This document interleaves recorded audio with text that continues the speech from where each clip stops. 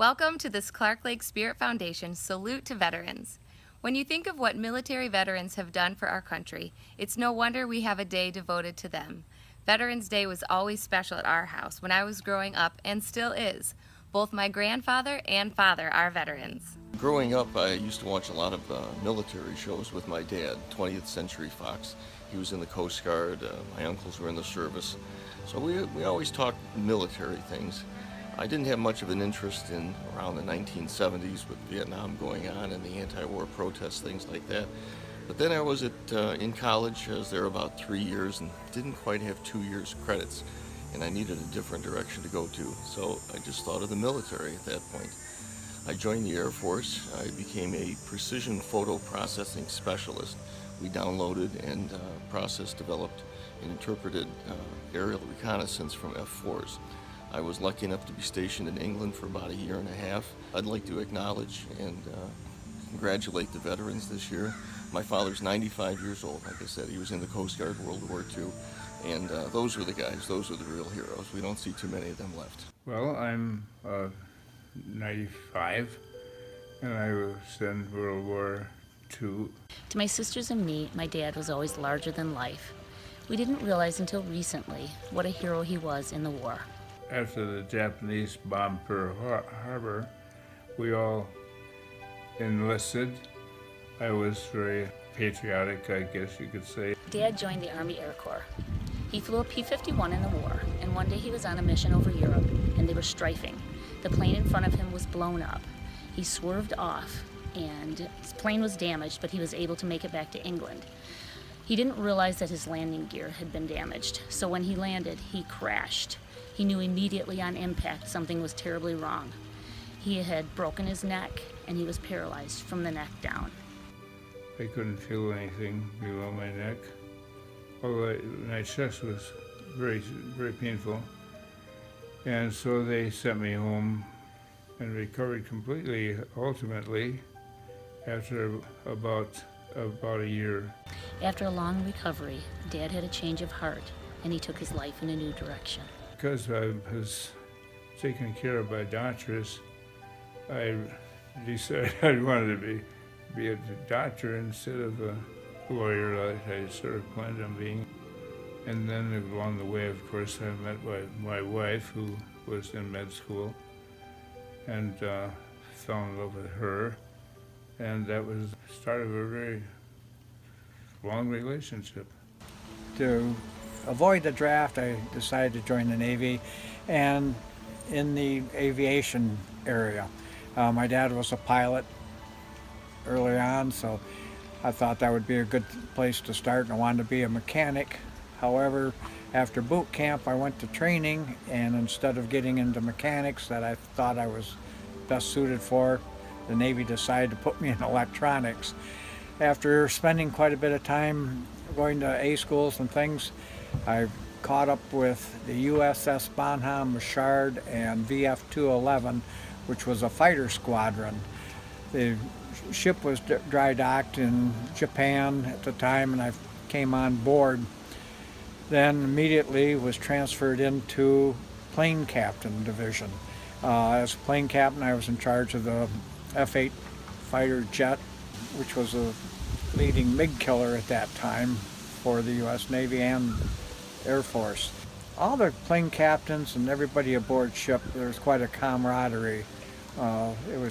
We were there to do a job and do it correctly and get the war over with as soon as possible, even though it was very controversial.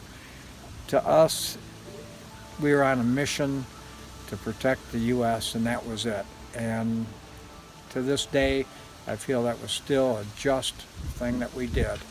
And everyone that was involved in it and all the lives that were lost weren't lost in vain. We still are a free country. I thank the military for teaching me a lot of discipline, respect, and things. Sometimes I don't always show it, but I honor our country and our flag very much. All the veterans, thank you for everything you did, and it was great working with everybody all through the years. Obviously, at that time of In the world, things were very unsettled, and I really felt like I needed to be a part of defending our country and being involved in what was going on. And because it would help me in school, I joined the Reserve Officer Training Program, the ROTC program. And because I was in engineering, I went into the Corps of Engineers branch in the ROTC program. After graduation, I immediately went on active duty, first to my engineer officer basic, and then there was a rude awakening when I got orders to go to South Korea for a year. My wife Nancy had to stay home and relocate back to Toledo from where we were living, and we had a 3-month-old baby girl that I was just barely getting to know. So we picked up stakes and moved, and I went to Korea, and I spent my year in Korea, not very far away from the DMZ, the demilitarized zone. There wasn't really any active fighting going on over there, but it was a very tense situation. There were an awful lot of remnants of the war. You could look at the hillsides, and they were still denuded from the war that had ended 20 years ago. I spent half of my time living in a tent, building roads for the South Koreans, and then I spent the other half of my time at Tongduchan at Camp Casey, and I was a facilities engineer there. So that was a little bit more like a normal Army job. The first 6 months, I won't say it was like Boy Scout camp, but we were definitely out in the field. And I experienced a monsoon and had absolutely no possible way to think about what a monsoon was like until I lived through one. Basically, you just hunkered down during the time of the rain and waited till it was over. You picked up the pieces, you dug out your equipment from the mud, and you moved on. We lived in tents. And the luxury of our situation, because I was in the Corps of Engineers, we actually had concrete floors in our tents that we poured with the equipment that we had over there. Most of the other guys weren't so lucky they had dirt. I was thankful I didn't have to go to Vietnam, but I didn't really enjoy being away from home and my wife and my new baby at that time. Veterans Day is special to me because I am from a family of veterans. I personally am a Vietnam War veteran. My father served as a pilot in World War II in Europe. My grandfather served as a doctor in France during World War I. My great-grandfather was an infantryman in the Civil War. And I am a 9th generational descendant of a Revolutionary War Continental Army veteran. Veterans Day, the origin is that the signing of the peace treaty and surrender following World War I was signed at the 11th hour on the 11th day of the 11th month. And the thinking at that time was that World War I was the last great world war. I was in my sophomore year at Jackson College when it became my turn to serve. We had a lottery system back then, and my number was drawn, and so to avoid being drafted, I enlisted in the Army. I attended a military language school and learned the North Vietnamese language. I was shipped to Vietnam, and my job during the Vietnam War was to intercept enemy voice communications and translate those communications into English. My tour in Vietnam was a 1-year tour, unlike tours today in Afghanistan and Iraq, which can last up to 16 or 18 months. While in the service, I worked for the Army Security Agency, and we reported to the National Security Agency. I had a top secret cryptographic access security clearance, which is the highest clearance issued. We always joked that if one of us mishandled any small piece of classified information, we would live out our existence in the prison at Fort Leavenworth, Kansas. Today, the sanctions for mishandling classified information are obviously much different.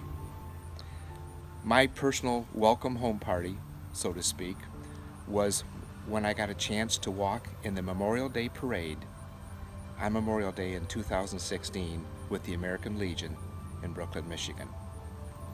There are veterans that served in a combat zone, and combat veterans who carried and slept with their weapons and fought the enemy hand to hand.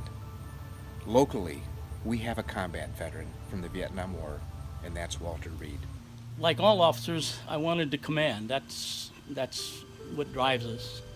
And after about 5 months as the maintenance officer of a unit, two of our unit commanders in the same unit, B Troop, one was killed and the other was sent home with some serious wounds, and I was given the command.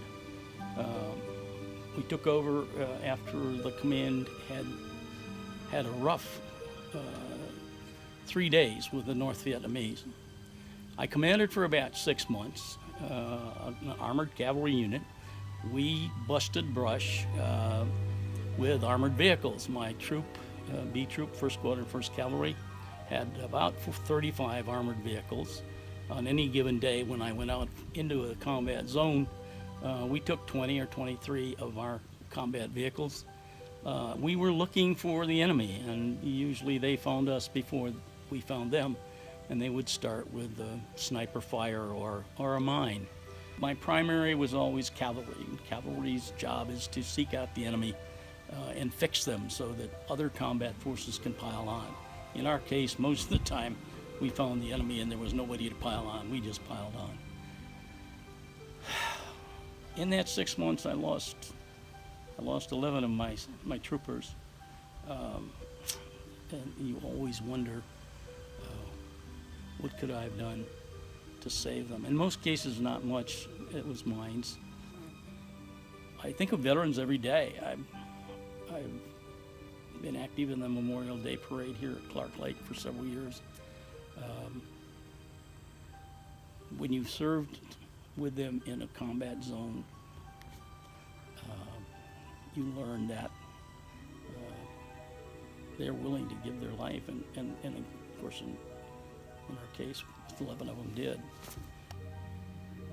Veterans Day for me is every day that I talk about or talk to veterans. I like to walk up to them when I see them in public places and shake their hand and say, welcome back. And of course, if I'm wearing my hat, they say, welcome back also. I have personal feelings for about 100 veterans that served with me for 6 months in Vietnam. But on Veterans Day, we got to honor them all,